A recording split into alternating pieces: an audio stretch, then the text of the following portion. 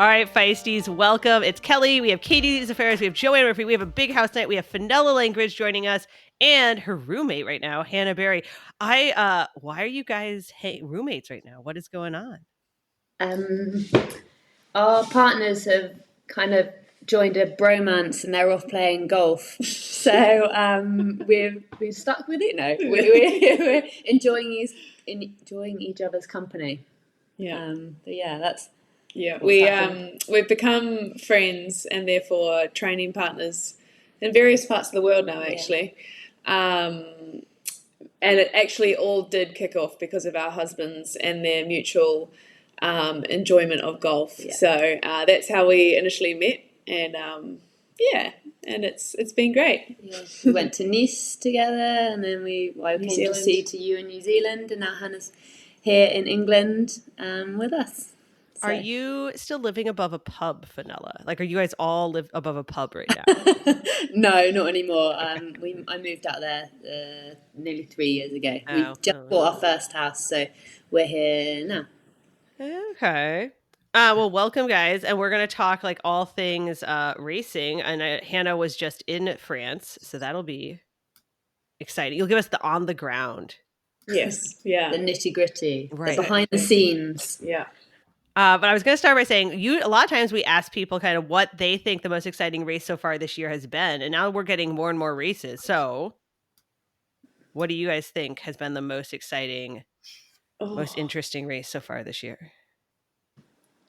Well, I just listened to your podcast with Ruth, and I think she was right in saying that Hamburg was very exciting. I was literally a week after my surgery at that point, and even I couldn't I was in no position to move, so that was good because I was there all day watching. But it was an amazing race and spectacle from women's racing. But I also I've never tracked the UTMB and watched it, and I actually watched that this weekend, and I found that a lot more. It got me really interested and excited about maybe doing an ultra crazy run one day, but maybe a few years along the line.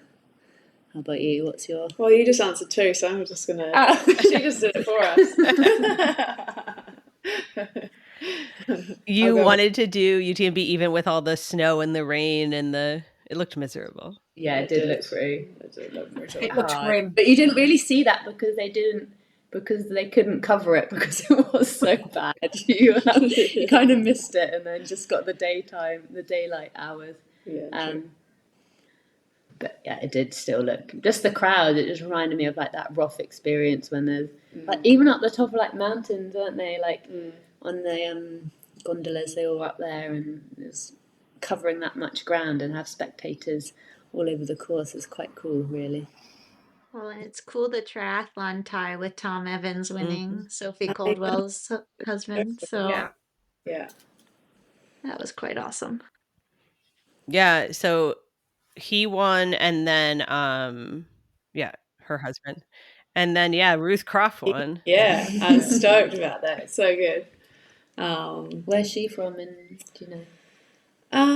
She's from down South Island somewhere. I'm from the North Island, so totally different. Close to me, but still, we just love to see Kiwis going well on the international stage like that. So it was very cool.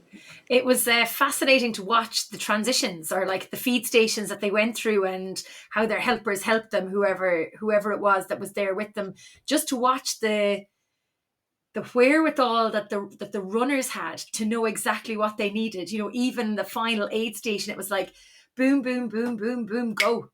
Like there was no hanging around. It was actually fascinating to watch it. I'd love to be in a transition or a feed station zone to just watch it all day long. It's like people watching on steroids. Yeah, I'd love to be in the planning sessions the day before. It'd be like the stressful. I can like picture what like our planning's like for our different Ironman bags. But imagine trying to plan like all the aid stations, all your aid stations, and then for those, like we always say that. Well, Bill and Nick always say, spectating's harder than racing, but spectating on a race like that would be like really hard, crazy. Yeah. At one stage, Courtney, I think she took a bottle and she just poured it over her head. And I was like, how are you 100% sure that is just water? And that there's not like 6 gels in the thing and you're going to pour it over your head? And she's like, probably doesn't care either way. Probably, yeah. I feel like have we all done that in a race? Coke. Oh, yeah. Stickiness. All right. Did you guys watch along with UTMB? And Hannah didn't watch because she was racing it. But did you guys, everybody else, watch the WTCS and the T100 races last weekend? I watched the T100. I didn't watch the WTS, but I did catch the highlights. Yeah. I'm curious what Hannah thought, because you had both races together for the first time. Did it feel bigger than a T100 with them combined? Were there more crowds out? Was it like separate or together? Did the athletes mingle? Yeah. The athletes mingle, yeah. I'm really enjoying being on the tour because for me, a lot of the athletes are new competitors for me because I never did short course. And there are a lot of short course athletes who have stepped up. So I've got to know a whole lot of new athletes, and it's pretty cool. Everyone does get on well, it seems. So yeah, the whole atmosphere is fun. In terms of the race, it was kind of hard to compare it to any other T100 race in terms of crowds because of that one loop bike course. You're not going backwards and forwards. Like in every other race, it feels like there's people everywhere because you're doing 8 laps and it's a short bike course, for example. But this one was one big loop, and so I don't remember noticing many spectators on the side, but it didn't matter. The bike course was so interesting and so amazing that you never got bored on that course. It was honestly the best bike course I've ever done. Yeah, you preferred it to Nice, didn't you? Yeah, I actually preferred it to the Nice course, and that was my, I guess, the most spectacular bike course prior to this one was the Nice Ironman course, but I thought this one was better. So yeah. Were they like the video of Leo Viger taking his foot out? Oh my gosh. He did really well to hold that together. Because he almost. But there weren't that many crashes. No, yeah. No, that's true. There weren't too many crashes. Although it was a very, very technical course, I'd say one thing, and this is credit to the T100, it felt very safe. Riding the course the few days before, I was a bit these roads are quite busy. We're going through little towns. The last bit is through quite busy town, and I was a little bit worried about, I think, just general safety. Closing those roads, I was like, how are they going to actually guarantee that a car doesn't pull out of the driveway?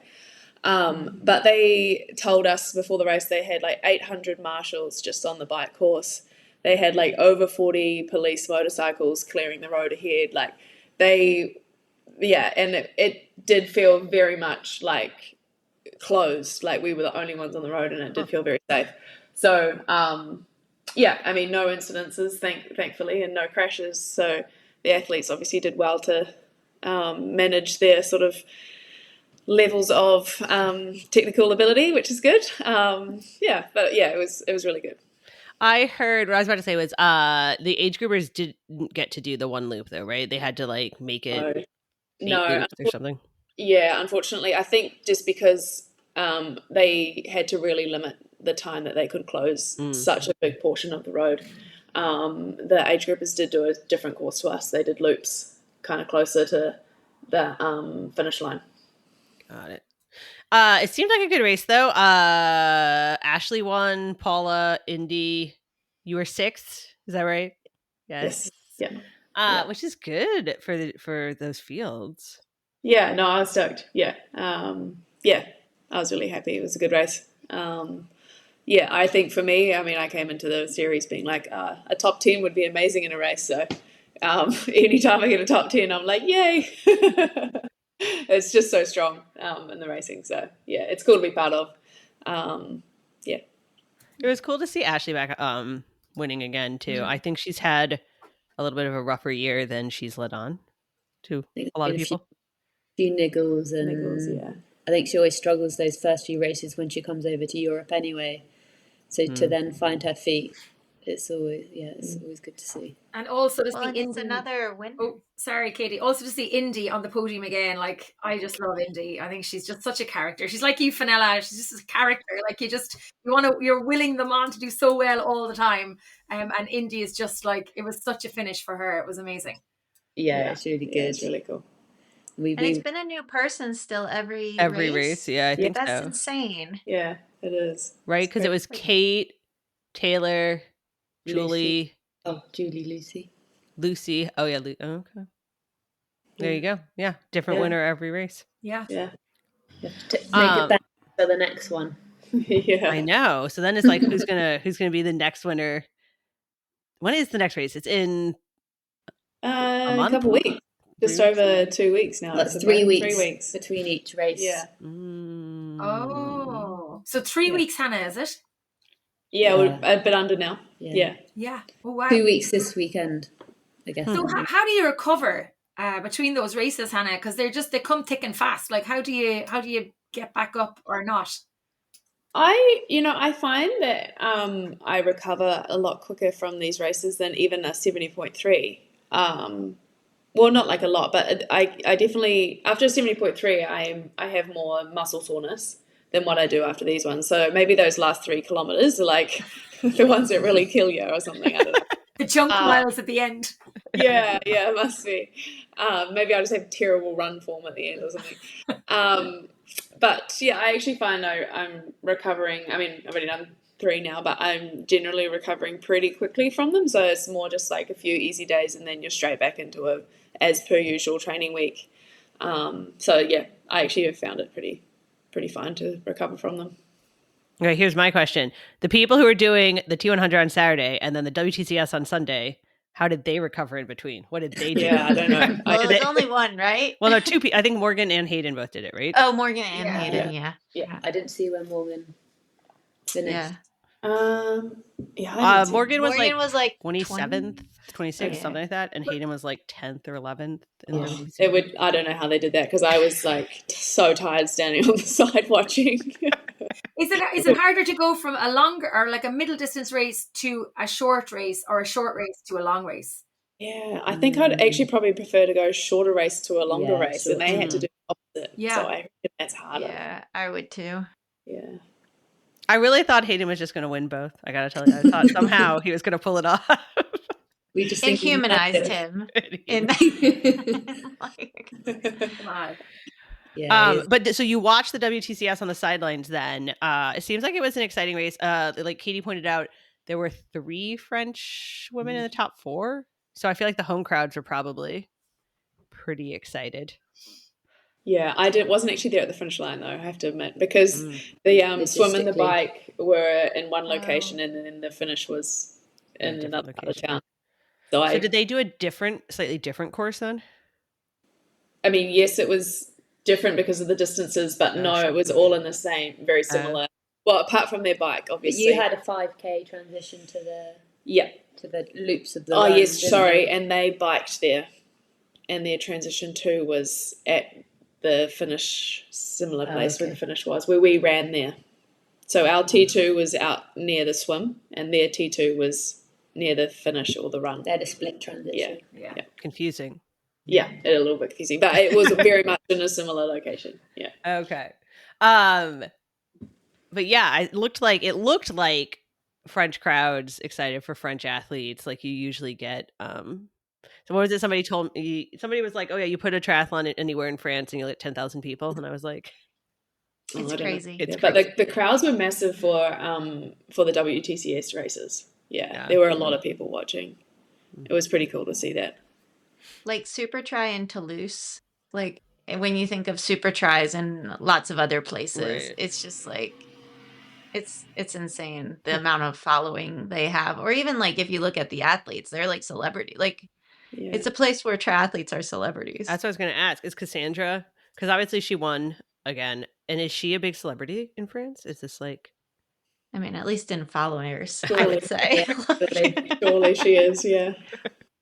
But like also the thing she got to do after winning Olympic gold, it was like it seemed very much celebrated by the country. Oh, I suppose What did with she a- get to yeah, do? a home It's like Olympics. Well, yeah, like just go like well, like she was in photo shoots for Yeah. at least from my perspective. I'm like, well, those are fancy clothes and like fancy brands. Like I don't know. I don't know much, but it makes it look very vogue. Okay. In her athleisure clothes all day long. She was spruced up in a dress. Yeah, like I think of it as like when we have our US athletes at like the red carpet events, but you don't see triathletes at the red carpet events. What? You didn't get to go to red Well, carpet? Oh man. no, and I think might be past my invitation time. there's still time Right, yeah, maybe. to have our own red carpet event, just so that we can all say that we've been there and done it. Yeah. It did look like it was good racing though. It came down to a sprint finish, like between and Jean Lahair is having a good season. For all of us who like don't pay a ton of attention all the time to short course, she is actually having a very strong season, I feel like. Yeah, Well, yeah, she's her third in the interview- rankings. Yeah. She just did Super Try. That was last week. Yes, she Right. did Super Try because her and Georgia raced Super Try last week, and then Georgia did the T100, and Jean did the WTCS. So Yeah. Crazy. Her interview afterwards was quite interesting. She said her coach said not to take the lead, and she took the lead, and she was like, "I know I shouldn't be here. I know I shouldn't be here." But then just being gracious to Cassandra, which was really nice to see. Yeah, her interview was good actually. I enjoyed it. oh, like on the ground there. Yeah. Tell us more. Tell us more. Tell On us the more. ground. For those of us that didn't see it, tell us more. What was Oh no, it was on social media. Just the one that's on social media. That one. Yeah. I was gonna see. Yeah, it was Cassandra, Jean, Emma, and Leonie all in the top 4, and then Beth. And I feel like Beth's also been having a kind of slow ramp up here, even though I think you said, Kate, she's still leading in the rankings. No longer, no. Cassandra, Leonie, and then Jean are now 1, 2, and 3. Yeah. And Emma Lombardi will be interesting because she only has 2 races under her belt right now, so she's missing points. But it's just because Jean, she races for Luxembourg, but she has strong ties to France. So it's Just like French in my head, heavy. I'm like, oh, there's 4 French, like the top 4 were 4 French, which isn't true, but like it was, I'm sure she had a lot of fans there as well. Huh. They also now have like 2 weeks and then another race. I feel like it's just like constant WTCS and T100s now. Well, yeah, and if you mix in Super Try as well, Yeah. like you got a lot going on. So when do all of those seasons end? Like we know the Ironman World Championship, it's Ironman World Championship season now, September, October, November, and we're done. And then it goes back into rolling. WTCS finals is the week or 2 weeks after Kona. So it's also in Like mid-October. October 20. Not Okay. T100 though. T100 doesn't end till, is it the 12th and 13th of December? It's really late. It's really Really? late. Yeah. See, that I've always found so hard. Do you guys find that hard? Racing in December? A little. Yes. Yeah. It was What- the same last year for us with the 70.3 Worlds in New Zealand. Yeah. Home race for me, but it makes the year really long when you race till that weekend. It's going to be pretty much the same weekend this year. So You also start early still. Like your racing still is like, because like I always think like December and January is like when you're like building back into your volume and like really like starting to hit it hard in January. But like, how does it work when you're racing through December and then getting ready for March? Do you take a break or do you take mid breaks or no breaks? You took a few during the year, yeah, didn't you? I have like mini breaks throughout the year, and I always time them basically for after the Ironmans I do. And if I need another one at some point, like if I have shorter races but a lot of them in a row or something, I'll have another one as well. But yeah, I don't really have like a big off season. I just have mini off season or mini breaks throughout the year as needed. Do you like that? I do, yeah. Yeah. Yeah, because it's funny being from New Zealand, people take their break like, say, December or January, but that's summer for us at home. And it's actually really nice being outside and training. So I don't really want to, I mean, I would be outside probably I don't know, doing anything else anyway, but it's still kind of nice doing our New Zealand race season, and It's good to still race them while they're still there as well. yeah. So I prefer that. Nice. It is, but you have a lot of championship races coming up though, don't you, Hannah? Because if you have Kona 70, are you doing 70.3 Worlds? No, because you gotta do the T100. Yeah. Oh yeah, man, too much. too much. Oh yeah, I like how we're all like, oh well, that would be crazy. I think that the distance and traveling for that would be quite. And you haven't been home now, and after Kona will be the first time. It's been a long time 6 months away. Oh my god, I thought I was bad packing to leave for 3 weeks tomorrow. 6 months. Yeah. The same clothes for 6 months. Oh. Get annoyed with Nick because Nick keeps flying clothes, and Hannah's like, "We don't have any more weight left, and I've got 3 t-shirts, 3 pairs of shorts." And Nick keeps going shopping because he's like, "I've had these t-shirts for ages." It's like, yes, you have to we post need to them do home. this. You'll have to like ship them home, post them home. We did this ship once. It's very cheap. Is like it? if you need stuff to take home, go by boat. You can actually buy another bike box and fill the bike box. Yeah, and true. stick that on a cargo ship. Yeah. I wonder how long it would take to get to New Zealand. By boat? Yeah. A long time. Yeah. How can they not fly it? Like, can you not fly it on a cargo plane? I suppose, yeah, sorry. Could fly. No, we did it by, I think we were shipping stuff back from Australia, and we just got lucky, like the first time. So it was super fast. I think the boat was like almost full. It left and it got to us like in like 2 weeks or something. So we did it again, and it was like months. Like, we hit it wrong the Just next make sure time. everything is washed going into the bag. Could you imagine?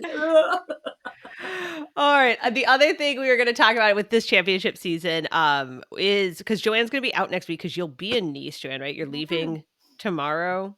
I am leaving tomorrow for Ironman 70.3 Belgium in Knokke-Heist. So we start in the Netherlands in a little place called Sluis, and we finish in Knokke-Heist. We have a 5150 on Saturday, and we have a 70.3 on Sunday. I fly to Nice on Monday. I stay in Nice until Thursday week, and then I fly to Wales for Ironman Wales. Oh. Yeah, so it's a bit hectic now. There's like packing cubes of bags and dresses, and it's weird putting high heels and dresses in with like my Ironman gear and my shorts. There's no place. And somewhere like Wales, you'll probably need like a puffer and a beanie just in case. Yeah.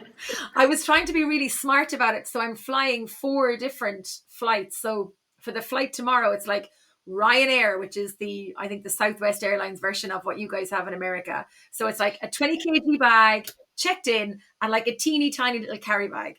But then the same with the flight from Belgium to Nice. But then in Nice, we get loads of t-shirts and we get kit and we get whatever. So it's like, oh, I'll need a 10 kg carry-on for the flight from Nice to Bristol. And then going home, I was like, oh my word, from Wales is going to just be so much more stuff. So one of the guys is actually traveling by ferry from Ireland to Wales. And I was talking to him today and he was like, I'm just taking an extra bag. He's going to ship it home for me. Like how we're now just sending everything by boat. At least it's only across the Irish Sea. It's like a 5-hour journey. But yeah, so the packing was, at least I'm packed now though. I'm ready to go. I could go now if I could, in my little jet if I could find one. But since you're not going to be here next week, I wanted to talk Nice this week. Yes. All right. And both of you guys, both Fenella and Hannah, you've raced Nice and Kona, right? Yes. All right. Well, okay. So which do you like better? I'm going to go ahead and ask. And which do you think, like the courses? Who does the Nice course play to here? And when you say which one you like better, tell us why. If it's based off like a result, your race, the place, the event, like you have to get detailed in that part. She wants specifics. I do. And now you're just thinking. You're like, yeah. Okay, so let's look at the swim. So the swim is Kailua Bay versus the Bada Ange. So the water is slightly different. It's going to be non-wetsuit swim, potentially for the men with the water temperature. So which swim do you prefer? Do you prefer the Kona swim or the Nice swim, and why?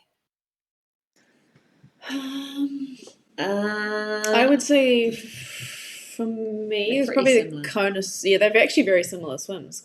They can get a little bit of chop going. Yeah, they're both like you say, non-wetsuit, ocean except swim. it wasn't for us. Yeah, We had wetsuits. they changed Yeah, it you guys last. had a wetsuit, yeah. Which I think it favoured someone, but I still let out that swim. Yeah. I did not let out this one. Lucy wasn't there, but we won't mention that, so that's fine. And in terms of the course, in terms of the swim, like it's an M for Nice almost, but for Kona it's like straight out and around and in. So which is an easier or more exciting swim to follow or to be in? I think Kona still had that edge for me in terms of excitement. I don't know why, even though it's probably maybe technically more boring, but yeah, but you can see more in the ocean. That's why I like the Kona swim. You can see fish in the ocean. That's cool. I actually had a better swim in Nice than I did in Kona, but I would still say the Kona swim. I don't know why. Just I the like boat, the insight into for the listeners of like we just like we're looking at the it's also like so different from short course racing. The training prior in like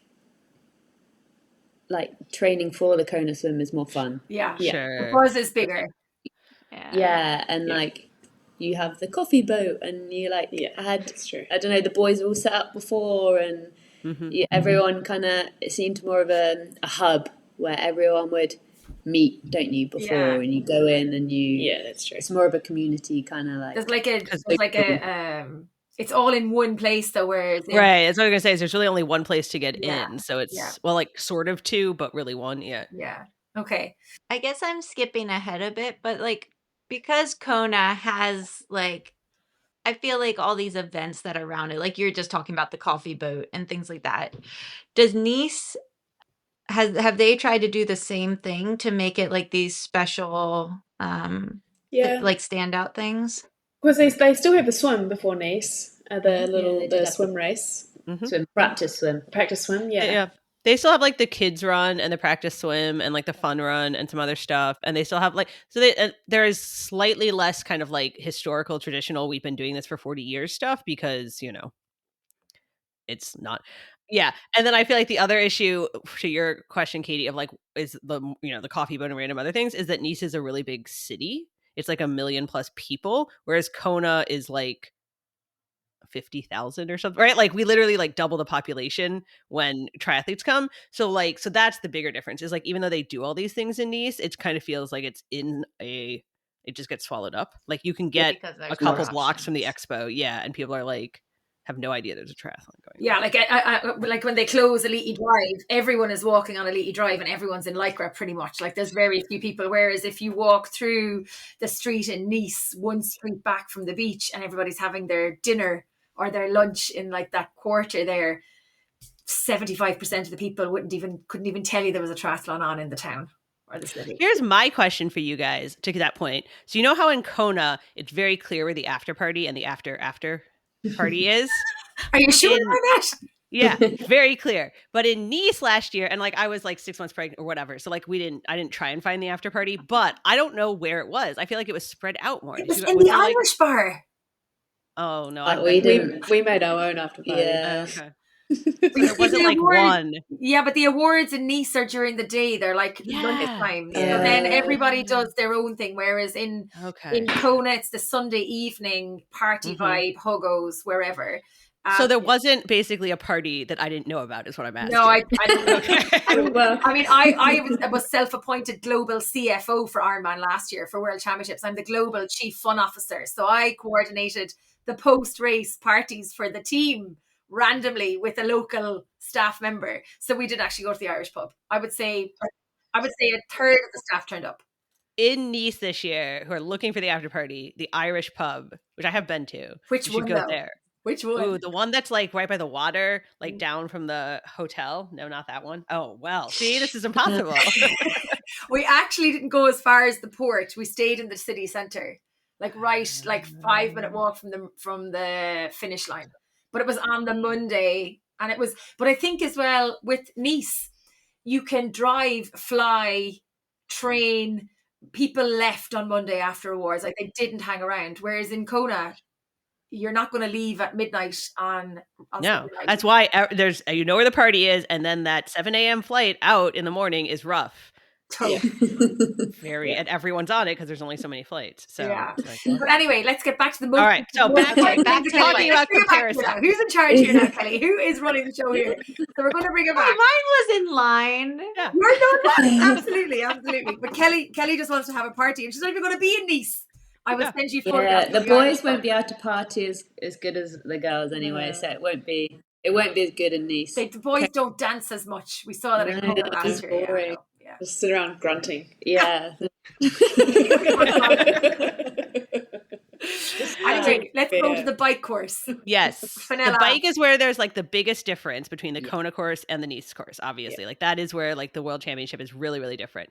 So tell us from your guys' perspective, how does it play out differently? And then when we look at the boys, I mean, who could it favor? I feel like this is where it could really be different than it plays out in Kona, right?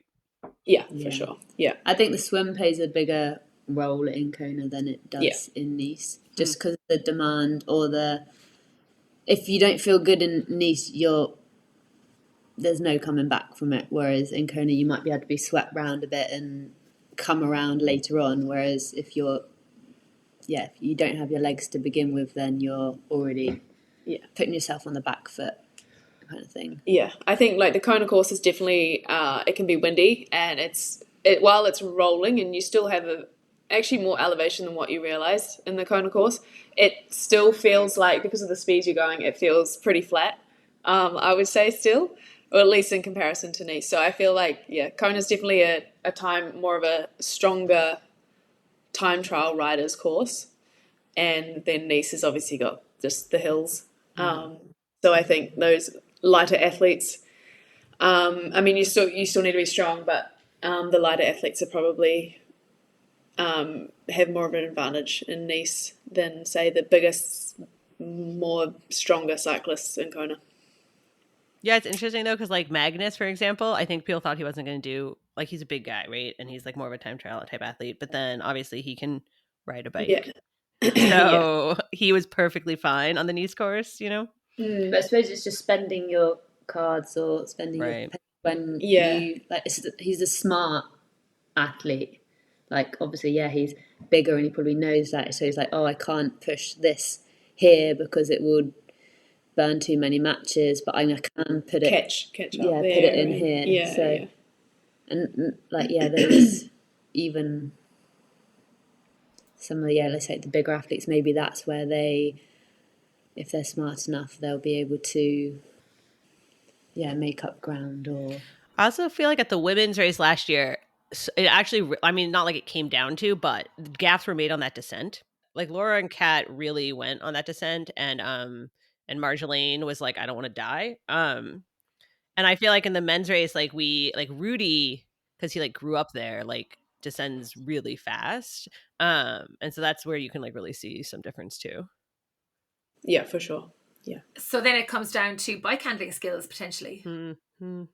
Bike handling skills in Kona versus bike handling skills in Nice are very different. Well, you can get and I suppose in this level of competition, if you can gain 3 to 5 minutes just by being slightly better descending, then that could get you 2 to 3 places. Did you guys get caught up in the traffic descending last year too? Because there were some pretty bad like cars on the road when people were descending. One episode we had to weave round. I think I might have had one situation, but it didn't really slow me down much to go around. Sure. What's like the visibility in Nice of like your competitors compared to Kona on the bike? Because I think of Kona as like you being able to like see people the whole time. Yeah. Nice is a lot harder, although you do get a flat section along the top where you do an out and back. So you see people there, but other than that, you don't know where people are. And it's so like remote. There's not many supporters out there, so you're not even getting many time splits or anything like that. Yeah, interesting. And then since you guys wanted to go by section, and then of course the run, though I think of the runs as like pretty similar. I know obviously then the weather is like becomes the big factor. Nice is flat though. Kona still has the climb. Quite different, I reckon. Yeah, sure, fine. We In also my didn't- head, they're flat, but then I don't have to race them. So They trade off from the bike and the run. The one hilly bike and then the hilly run for the other one. And then the humidity. I mean, there's no comparison between Kona and Nice in terms of the temperature.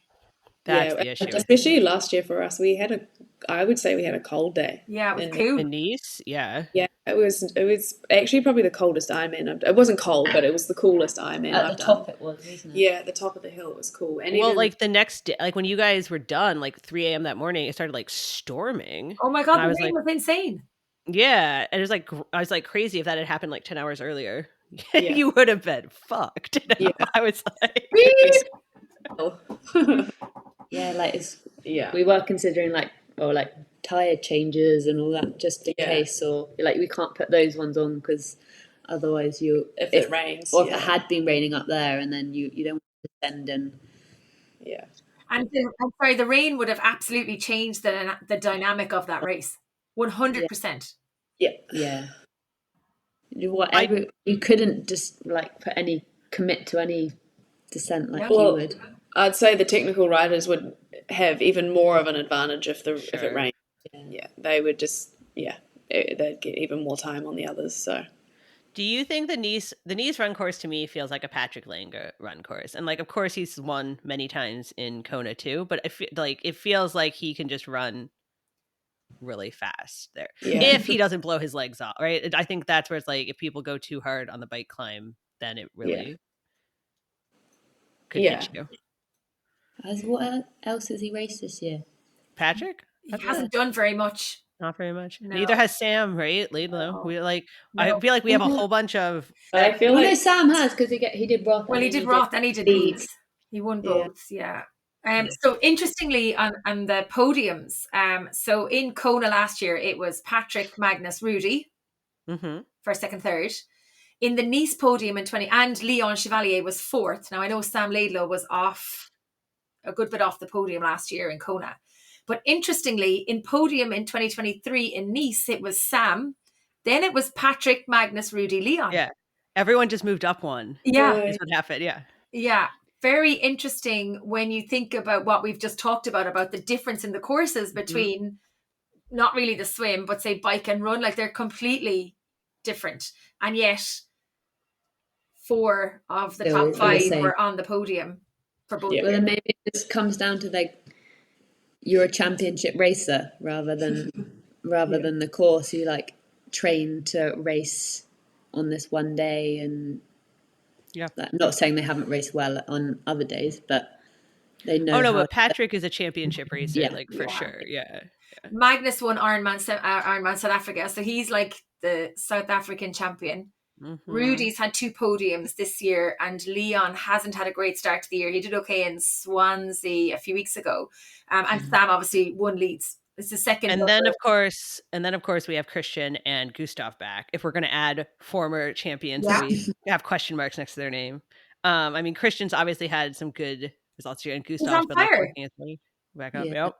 Absolutely on fire. I mean, you couldn't actually discount Christian at all in it if you look at them. Like a clear head. If you look on paper, think of Love Island. On paper, on paper, Christian has had the best season of all of the athletes who are in the top, say, 5 or 6 favorites. Would I be right in saying that? He said from the beginning that this was their target, haven't they? Yeah. And he doesn't have like the Olympics distracting him this year. Yeah. That's what I think was his problem last year, right? It was just like tried to do too much. Well, and then I'm sad because like with Martin, he was setting himself up so well, and then he has this like ankle injury. Yeah, but he's not counted out though yet, has he? I mean, I don't think he has. Oh no. Out. Like I think he'll race. Yeah. And maybe it'll be like perfect time. Like maybe it'll be one of those things that just works out perfectly. But like the year Tim O'Donnell got second off of like no running, right? Like maybe it'll be like that. Because chances are he's been doing like so much riding, right? Which is going to be great for this course. His YouTube said not that. If he's been biking the house down. So can I ask, speaking of YouTube, do you watch everybody else's YouTube? As athletes? Now I'm at home doing more turboing. been doom strolling on the YouTube. Like we Do you have a favorite? No, I don't know. I'm always like the TTL. Their stuff's always really nice. Oh, yeah. You're always drawn into the Lionel, like just Yeah. kind of. Will he? Won't he? Yeah. It's just Yeah. quite funny. Lionel's entertaining. Yeah. I've enjoyed. I have watched a couple of Sam Long's recent ones. He's had a new videographer do his. I don't know if you've watched the last couple, but I think it might be Pogacar's videographer or something. But anyway, they're done so well. I'm like, can he get this person all the time? Because it's like just the scenes that he, like the drone shots and stuff he has. Yeah, they're pretty good. So I've enjoyed that one. It's kind of like a TTL. Like they incorporate Cinematic. like the nice shots and stuff. Okay. And there's like runners and like for some reason I've got golf on my YouTube and football, but just for some watching. You just watch whatever plays next. Yeah. Okay. You're on the Okay. It's a change. All right. Before we take a quick break, then who's everybody? And yes, Katie, even you. Make your pick. Who's your Even pick? me. Oh, no, Even you. after the break. We're going to need to Thanks. think about it and do it after the break, Kelly. You Oh, can't okay. do a commercial So- break now because everybody Fine. enter- Everyone's going to take the ad break and think of their pick for Nice, and then when we come back. Regular listeners of Feisty Podcasts will not be surprised to learn that for decades, running shoes have been researched, tested, and designed for men. Brands have relied on the shrink it and pink it approach to sell male shoes to female customers. But women's feet differ from men's in numerous ways. We have increased toe splay, higher arches, a more narrow heel, a lower ankle bone, upward angled toenails, and a rounded instep that is smaller in circumference. And because of all those differences, that is why we need Heddas.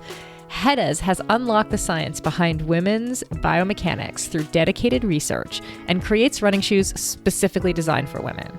So that means a lower heel collar to reduce rubbing on women's ankle bones, plate design to provide heel stability and to decelerate foot impact, rounded instep creating a snug fit through the middle to match the curvature of a woman's foot.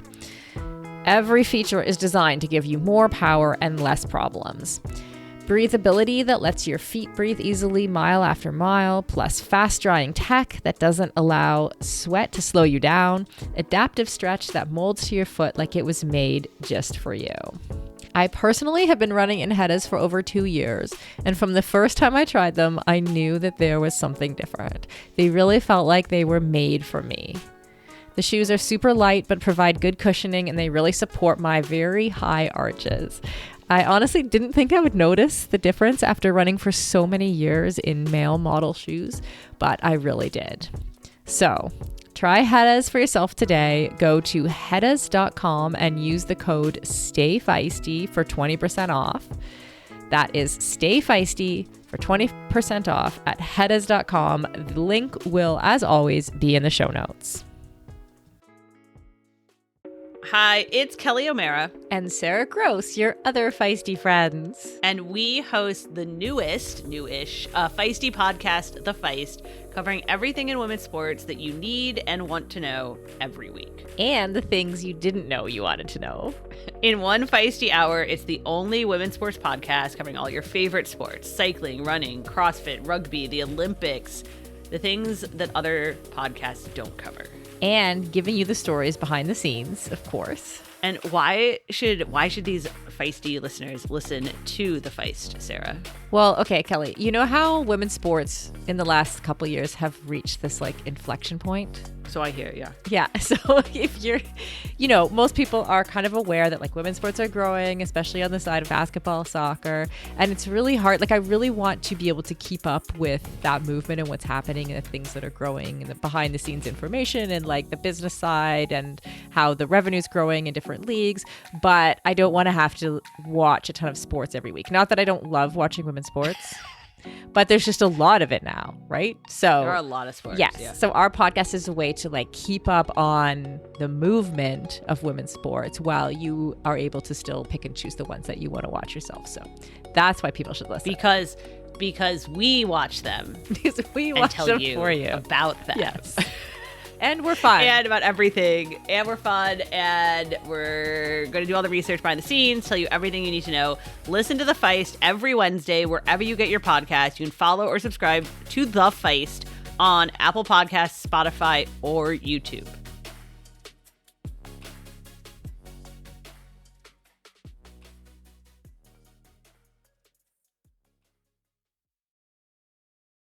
Okay, now you've had a whole 30 seconds to pick somebody. And I know it's hard because there's like the who you're friends with, who you want to go party with. But or maybe we should do that, like a party. A party pick? A party boy. A party boy. All right, my party pick would be Gustav. I love Gustav. Yes. I want him. Gustav's a good choice. I want him to do well. But my pick, I'm trying to decide if I'm Magnus or Christian. I really do think that Magnus wants to win. Like, I think he's tired of being second or third. So I'm going to go with Magnus as my pick. Yeah. Okay. To follow suit. Party pick, Gustav. Who's your party pick? Oh, Gustav. And then I don't know, because Magnus has been so quiet. There's something that just, he's either one way or the other. He's not doing very well, or he's doing really well, and he's just keeping hush, and he's going to be like on all cylinders. I don't think. Oh yeah, I'll say that. No more. Was that a choice? It might have been a choice. Yeah. Was it a yes or a no for Magnus? Yes, for Magnus. Yeah. I don't want to give my reasons for anyone else. I'll start offending someone, and I just don't want to. Sure. Okay, I'm gonna go. Okay, I'm gonna go with my party pick. As much as I would love to see Gustav win, Christian Hogenhaug has had a new baby, and I would like to see him on the dance floor as the champion. But as my party pick. But I think I'm gonna stick with what I said about Christian. That on paper it's his to lose. It's his year. Sure, makes sense. Yeah. Katie, have you thought about this now? Well, you're confusing me because I want to pick the same person for both. Okay. But because, and maybe it is too much of just, I've trained with Martin for like years and just like love his personality, love that he's finding his footing, like more so into the longer course. So I'm going to pick him to win. And I'll probably go with Gustav and Christian because the two of them combined are like as your party pick. Funny. Yeah. Party picks. I'd have to agree with that. Party pick Norwegians. I'll say I'll go different from everyone, and I'll say Patrick picks up another win. Sure. He's coached definitely he's coached by your coach. Okay. He's definitely a, like, you know how there's the people who like they'd be fine, but then they'd show up on World Championship Day. And that's what Patrick historically has done. I mean, he knows how to do it. He's a 3-time world champion. That's Rinny was always good like that, right? Like that's just yeah. All right. Anything else anyone has to say about Nice before we change directions completely? Just in terms of the Pro Series, I think it's going to be cracked because there's 9 of the top 10 athletes are on the start line, and 17 of the top 20 men in the Pro Series are also towing the start line. So beyond the World Championship, we also have the Pro Series. So I think the dynamics are going to be so fascinating. Well, and just like we were going over, it's just like they've all had success. Right. So there's like, it's such a like really top heavy race. It's cracked. But do people go into the World Champs thinking about that? The Pro Series? The Pro Series? Yeah. Or are they just off? I think if you're, for example, Kat at 70.3 World, I think thought about the Pro Series. I mean, I know she wanted to win it, but you know what I'm saying? I think the Pro Series was on her radar because she knew that was. So I think at what point of the race do you turn from thinking about being top 5 or world champion to then thinking that person is behind me or in front of me in the Pro Series? I just need to beat them. Does it depend on how the day is going, though? Like, if you're having a great day at World Championships Day, you probably couldn't give a crap about the Pro Series. But if your day isn't going as planned and you're not going to be the world champion, and you know that 3 or 4 people that are within striking distance of you potentially could affect your monetary bonus of your Pro Series, I think, well, that's the way my mind would probably work if I was an athlete. You're like, I don't know, Fenella, tell us. When do you guys start thinking about this? Pretty early it was for me, thinking about the Pro Series. Well, and it's kind of interesting because it's opposite of like the World Triathlon Championship Series, in the sense of like, if you win the grand final, that's not as big as winning the World Triathlon Championship Series. But for you guys, it seems opposite. You win Kona, like that's the biggest thing, not winning the series. Well, I think it's partially like the series is only like 2 years old. So it might develop its own cachet eventually. So one to watch in Nice is Leon Chevalier, because he is top of the Pro Series standings, and he's been fourth in Kona and 5th in Nice. So let's see what Leon will do and how he'll end up. Interesting. All right, we are going to change topics and talk about you guys. No, we did want to hear all about what Fenella and Hannah have been up to. And Fenella, I mean, you have your own YouTube, so everybody knows that you had external iliac artery surgery. But Joanne wants to know what exactly is it. That's what I thought when I found out. I was like, what the hell? No wonder the last couple of years have been so shocking. So it is hardening, or it's endofibrosis or fibrosis of my iliac artery. So the arch, and mine's on my left-hand side, or was. And it's, just hardening of the artery that reduces its circumference, so therefore less oxygen or blood can be pumped into my legs, or it was that way, but now fingers crossed, touch wood, you managed to scrape it all out, and I don't feel any more symptoms. Is that what the surgery is? Like scraping it out, like cleaning out the artery? Yeah, it's kind of, that's the way he described it to me. I kind of wanted to do more like in-depth like research into it, and then a part of me was like, no, I just do it. I don't really care. Like, this is quite scary. You're cutting open a major artery, and I still like it blows my mind that you can cut open a major artery and I still be here today and be fine. But so this surgeon cuts it lengthways, and then he, as he described it, or got rid of or scraped out the fibrous tissues that had developed, and then they put a patch over the artery to seal it, and then they sew that up. So technically it's got less fibrosis, and also it's technically a little bit bigger because they've put this patch over the top. But that's the patch is the thing that after surgery I had to be most cautious of in terms of returning to training, because if that failed in any way, then I would bleed out from the inside. So it's quite So those I asked. So the first few weeks or months I had to be limited like leg lifting, and I couldn't lift anything heavy. Obviously I couldn't train for 6 to 7 weeks, and then and as I returned to training, everything was done on heart rate, just to make sure that I'm not putting too much pressure. Oh, you don't want it like the blood flowing too much to begin with. So now Is that really nerve-wracking for you coming back? It sounds nerve-wracking. I guess and initially a little bit scary, but I had a scan, and it showed that there's nothing to be concerned about, and the surgeon reassured me that it looks all good. Obviously he can't go back in there and take a look, but So Fenella, how does this actually develop, or how does it happen? Is it genetic? Is it always there? Like how do you get whatever it was called, external iliac artery surgery? Endofibrosis. Endofibrosis. I mean, it's like a Yeah. mouthful.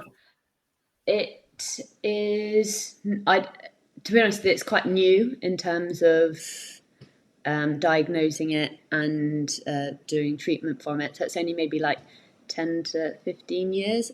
So there's not actually that much research on why people get it or why, say, me over Hannah got it. And obviously doing endurance sports or cycling or running, you're more likely to develop this because of the shortening or the pinching of the artery in the leg.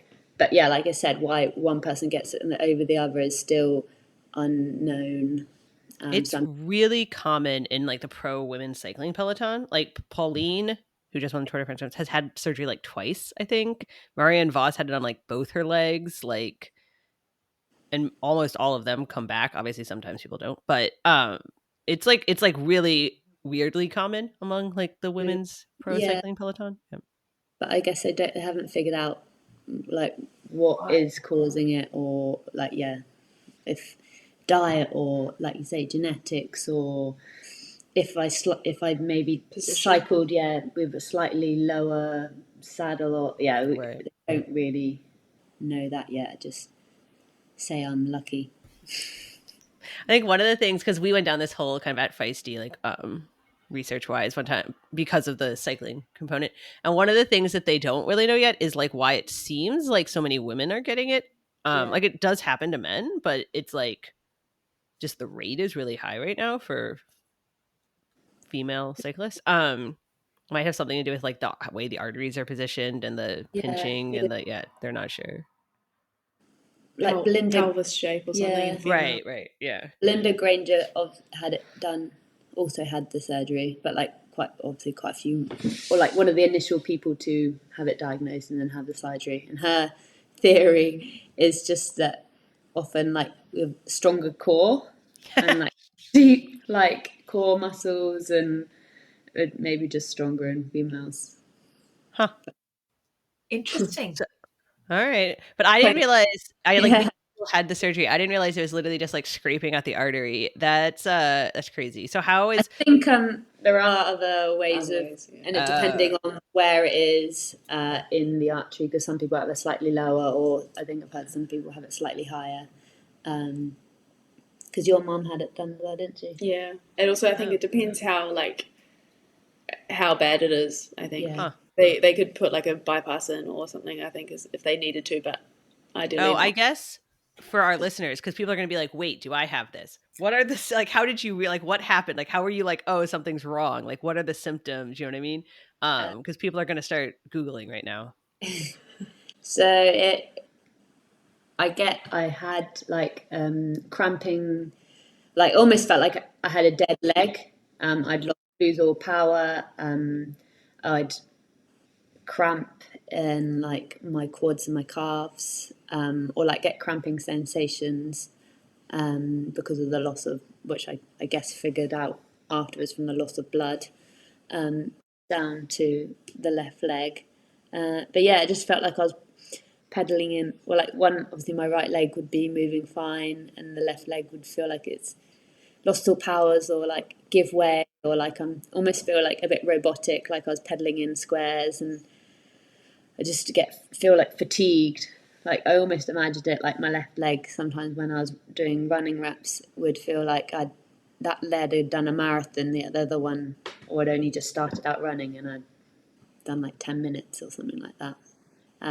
It's because it's vascular at relatively steady state. I was okay, so I could go maybe on an easy run or an easy ride, and I maybe not really feel too much. But as soon as I started putting obviously increasing heart rate, getting more blood pressure to their legs, those when the symptoms would come. So how? Sorry, go on. No, I was just gonna say, how is it going now? But maybe you had a better question, Joanne. No, mine was like, what's the recovery time for it? So similar. Yeah, the surgeon said that I should be like able to be push fully in, or like be fully fit or be at full capacity within 6 months.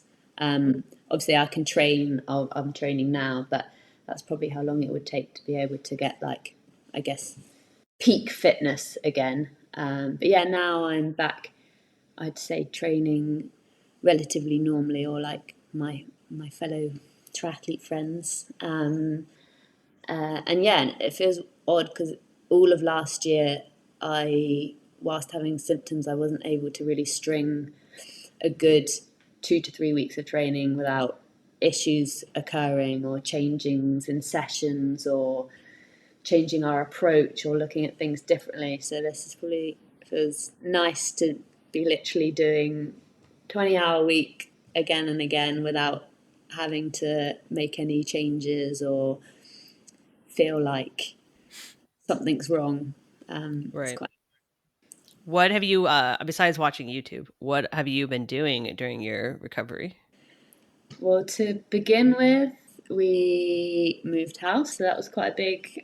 We bought our first house and moved house, so that was quite a big milestone. And then yeah, it was just, there's a lot of stuff that goes with that, and then just focusing on the little things when coming back into training and looking at different strength and weaknesses. So we had fitness testing or strength testing just to see if the surgery had caused any weaknesses on left and right and if there was any differences between that. But yeah, just getting back into training. I love training, so I was really looking forward to getting back. I saw in your YouTube video that you actually put on the trainers you had on in New Zealand. That they, yeah. I think, was it Billy was giving out to you saying, "What are you putting on those fast trainers for?" Yeah. Yeah, I probably didn't really need to wear them when I'm running. But psychologically for you, was it good to put on your racing trainers to go for that run? Yeah, it was. I really didn't need to, but my heart rate was in the racing zone, so surely that's fine, right? So what does it look like now? What does the season, or when will the season potentially begin for you or recommence? When will racing start? Or so I'll be going out to Kona with Hannah, and then also be hopefully working there with the production team.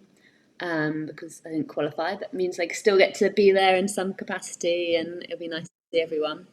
And then there's potential to race the T100 in Wollongong.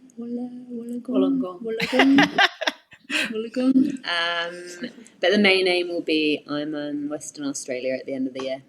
Oh wow! Okay, that's not that far. Yeah. It will be like exactly 6 months from surgery to December time. So I love how from like our perspective, right, from like external, I'm like, oh yeah, that's not that bad. That's like you're going to be right back out there. But I'm sure from your perspective, it's like, oh, it's been really long and it's gone. Well, I just think because of like all of last year didn't go very well or to plan.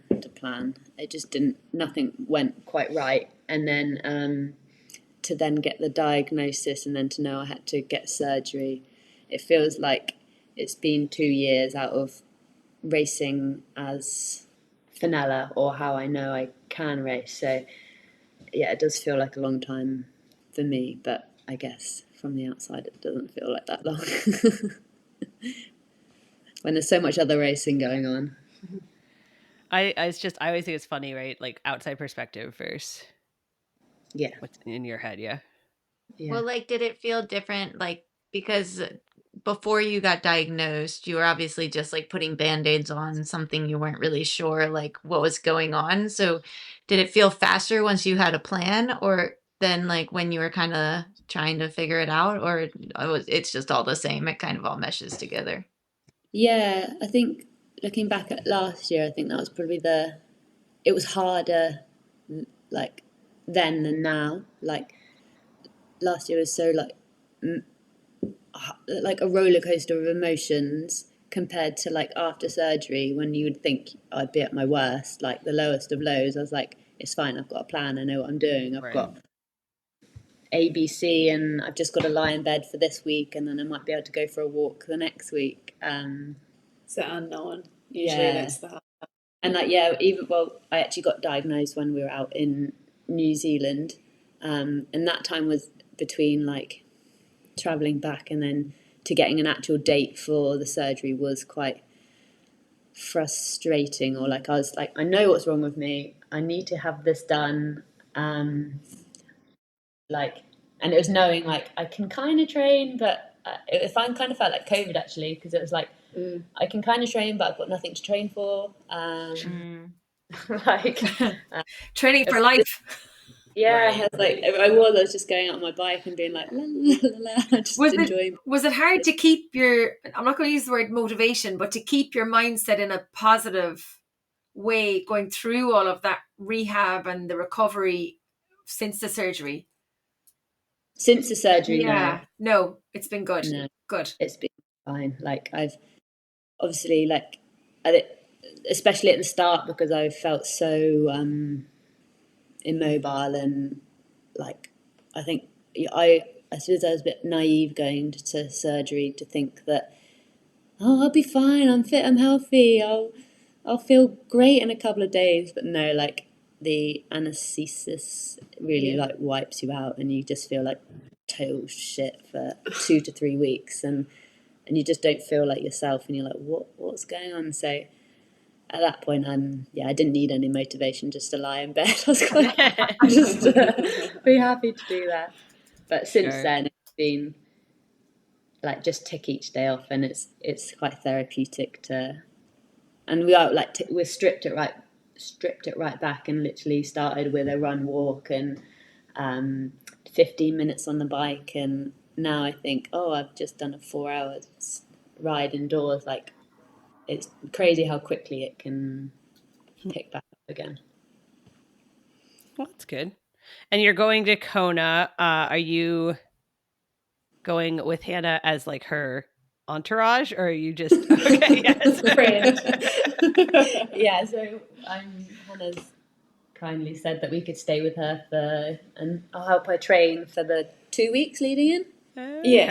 Yeah. Well, it'll be 1 week, and then I'll be in taper week, so you won't want to do my taper week, but you can do more training than my taper week. So she can go to the supermarket and buy all the bits and pieces that you need where you're staying, and she can be like your Formula One pit crew. Yes, this is what I was trying to explain to my parents, how people bring people with them to do like their shopping and their... 100%. We'll probably go shopping together, and the boys will stay home. That's the boys will be golfing.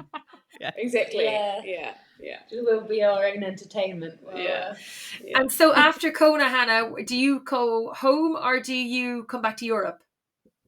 No, I go home. Oh, wow. I haven't been home since May, so it's long enough. She's had our house renovated, and you haven't even stayed in it. No, we had our house renovated all of last summer, and it wasn't quite finished when I left, so I haven't even seen it. It's sitting there, mostly empty. So I'm excited to saw that. I'm very excited. It's been a long, drawn-out process. All right. It sounds like you guys are having fun. Like, part of me is like, oh, that sounds terrible. But then part of me is like, it sounds like you guys are having fun on your golf trips. Excursions. Yeah, your golf trips. Feisties, we're excited to be testing out the Wahoo Kicker Run, the new treadmill from Wahoo that is going to change the way you think about treadmills, the same way Wahoo changed smart trainers for cycling. Now, as somebody who actually personally does not love running on treadmills, I do like what they're doing with the Kicker Run to make it more than just another treadmill. For example, the dynamic pacing means it literally matches your speed. So you don't need to press a button, the treadmill simply adjusts to you. That makes it more like how you would run outside, so you don't need to hit buttons or slow down or grab onto the front in order to change speeds. The other thing that makes this treadmill more like running outside is the terrain simulation. That means that the deck you're running on is designed to feel like a hard-packed trail or a running track, and it can vary the side angle side to side to mimic outdoor routes and build your stabilizing muscles so that you have that muscle memory when it comes time to race. That's why you've probably seen the Wahoo Kicker Run used by Lucy Charles Barkley and Chelsea Sodaro. It also doesn't just connect to the Wahoo ecosystem. You can run routes from Strava or Zwift. It's a treadmill that lets you run your run, as their motto says, and getting consistent training at your convenience and your speed all year round. They also come and set it up for you, which, again, if you're like me, is a game changer. Click the link in the show notes and use the code FEISTY to get a free Headwind Smart Fan with your purchase of a Wahoo Kicker Run. That's an extra $300 value. That's the code FEISTY with the link in the show notes to get a free Headwind Smart Fan with your treadmill. Now, don't wait until the weather turns. Treadmill running doesn't have to be just for winter anymore. You can revolutionize your treadmill game today.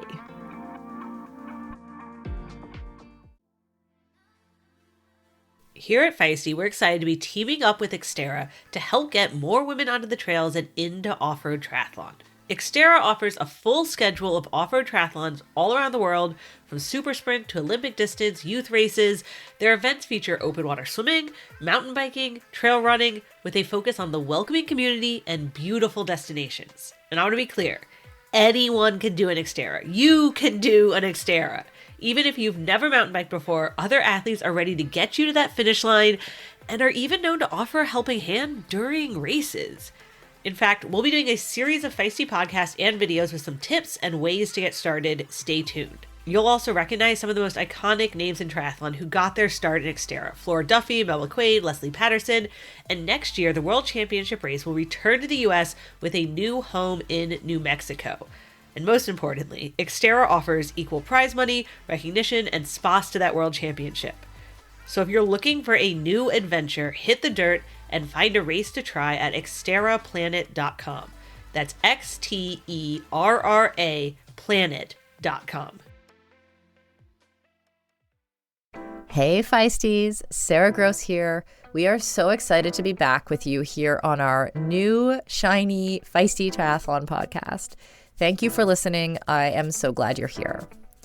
I want to tell you about one of the Feisty team's favorite recovery products, Prevenex's Neurify Plus. I use the chocolate flavor myself every day to support my strength training.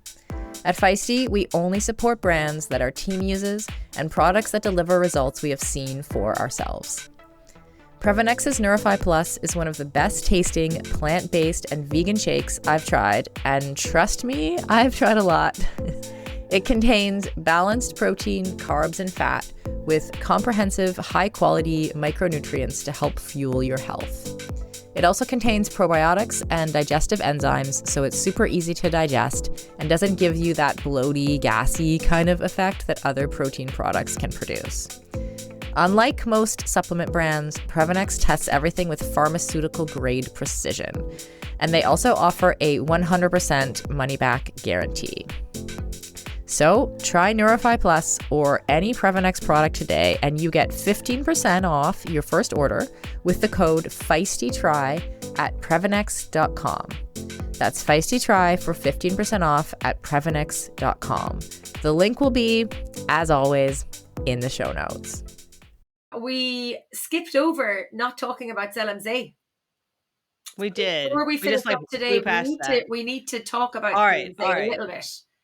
We will finish up fine, guys. We're done talking about you, Fenella. Joanne decided. No, not at all. But like, I want to because it ties back into the racing, obviously. But yes. Pro series. Did you see the race? Did anybody see the ZLMZ race? It was like 3 a.m. here, 1 a.m. Is that your excuse? I mean, Kelly, I'm just not impressed. Okay. Yeah, go on. I was going to say though. Oh, you watched some of it?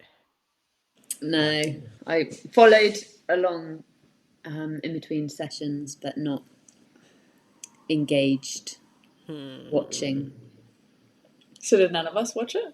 Apparently. Yeah, apparently, Joanne. That was terrible. I know. I saw some of the highlights on it, but I mean, the big news obviously is that Kat Matthews won that race, won it well, and is now at the top of the Pro Series leaderboard. And Kat looks very good this year, right? Like you said, kind of like on paper, Christian, like Kat is obviously on paper having a very, very strong year. So. Yeah. And interestingly, Kat, Solveig and Lisa on the back of their ZLMZ racing all moved up in the Pro Series rankings. And Jackie and Anne moved down. Yeah, but it was phenomenal. Like just in terms of some of the stats around the event. So Kat Matthews got her third Ironman Pro Series win of the season. And she hasn't finished lower than second place in any race she's done this year. Like it's crazy. Like when you think about the races that she's done and the results that she's had, and I mean, Fenella and Hannah, you mentioned Hamburg. Like that race we thought Texas was the race of the year, but it's Hamburg is the race of the year so far, I think. Back them up. Pardon? Race on race. Yeah. And to back those types of races up again and again. Yeah. And to not crumble under which is obviously, in a big training block, and to then go and still swim, ride and run the way she did, coming down from altitude. Yes. And she had the fastest bike and run split on the day, by the way. # just saying. To your point about like, do they watch YouTubes? I think it's because clearly we're all aware that Kat was putting in a big training block at altitude, and I think everybody kind of like keeps their eye on each other, right? This is the whole Well, British, she kind of like we all you do. You do keep your eye. You do. Why not? All right, we have a visit from a baby. She's losing it. Josie. All right, well then we should finish up. I feel like as usually we start with Katie's baby visiting us, and now we are ending with Katie's baby visiting us. Hello. Hi, Josie. All right, last question then. What are you guys looking forward to? Obviously, Fenella, you're looking forward to being back out there. What else are we looking forward to the rest of this season, the year?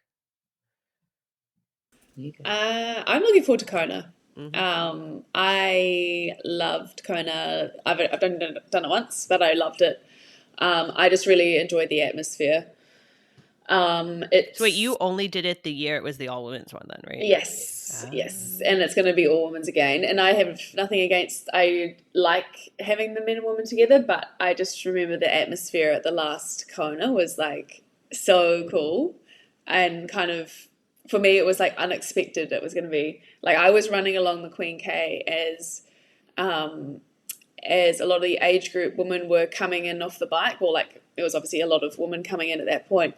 And the number of women who were cheering for me while they were in their own race was just like, oh my God, like you think you're all alone out there on that bit of road. Everyone tells you you are. But I just remember like running along there and just heaps of people cheering for me. And I'm like from New Zealand, like no one knows me surely. I'm from like so far away. But all these people were cheering. It was really cool. So I'm looking forward to just enjoying that atmosphere and racing hard. Yeah.